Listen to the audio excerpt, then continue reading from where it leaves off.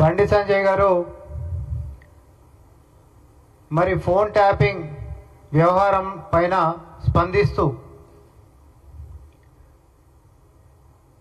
సిబిఐకి ఇవ్వండి మీకు చేత కాకపోతే అనేటటువంటి వ్యాఖ్యలని ఆయన అవగాహనతోటి మాట్లాడిండా, అవగాహన రాహిత్యంగా మాట్లాడిండా మాకు అర్థమవుతలే.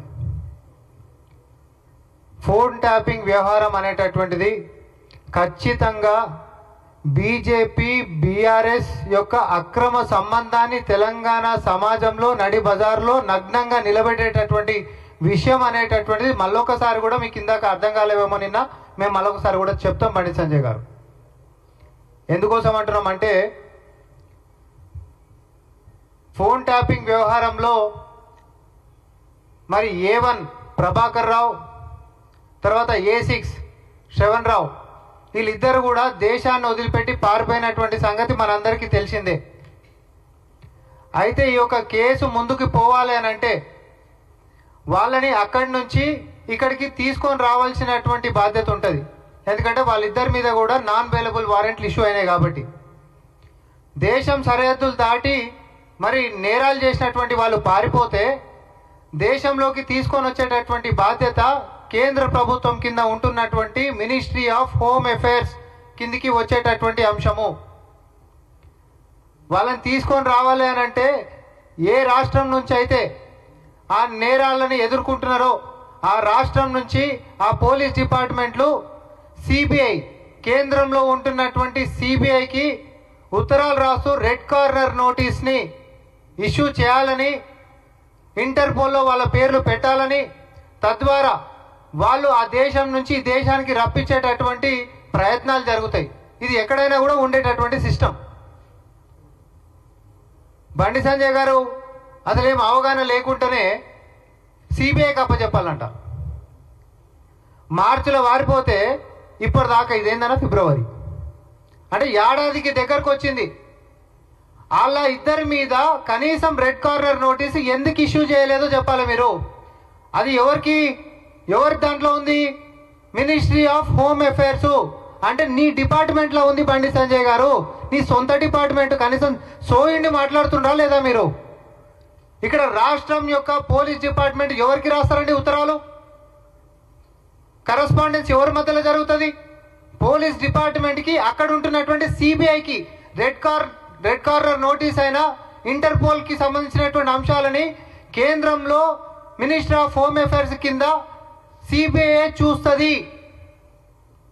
అంటే మార్చిలో పారిపోయినటువంటి ఆ ఇద్దరిని ఇప్పటిదాకా కూడా రెడ్ కార్నర్ నోటీస్ ఆర్ ఇంటర్పోల్లో పెట్టినటువంటి సిబిఐ ఏదైతే నీ మంత్రిత్వ శాఖ కింద ఉందో ఎందుకోసం వాళ్ళని తీసుకొచ్చే ప్రయత్నాలు చేస్తలేరు? ఎందుకోసం మా యొక్క విజ్ఞప్తులని బేఖాతరు చేస్తారో బండి సంజయ్ గారు ప్రజల ముందుకు వచ్చి జవాబు చెప్పాలి.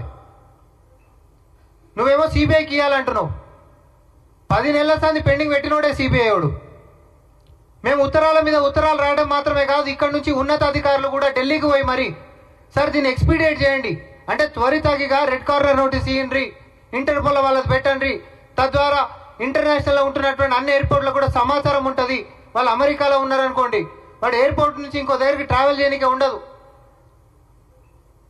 తర్వాత వాళ్ళని వీడికి తీసుకొని వచ్చే దానికి ఇప్పుడు పాస్పోర్ట్లు ఉంటాయి.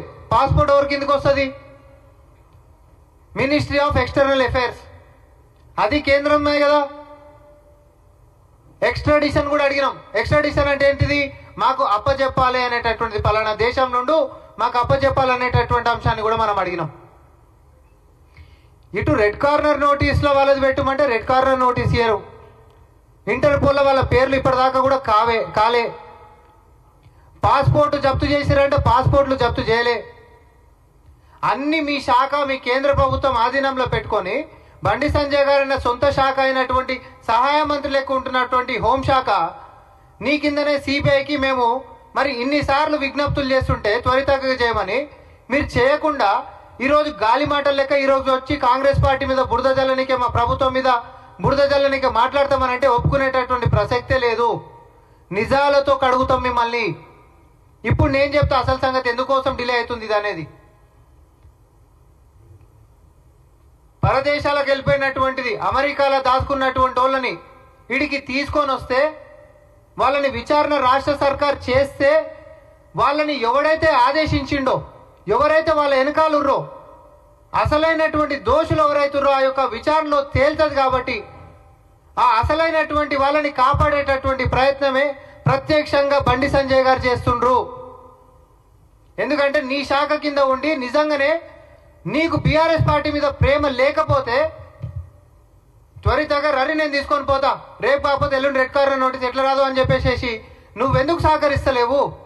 నువ్వెందుకు బీఆర్ఎస్ పార్టీ వాళ్ళని కాపాడుతున్నావు?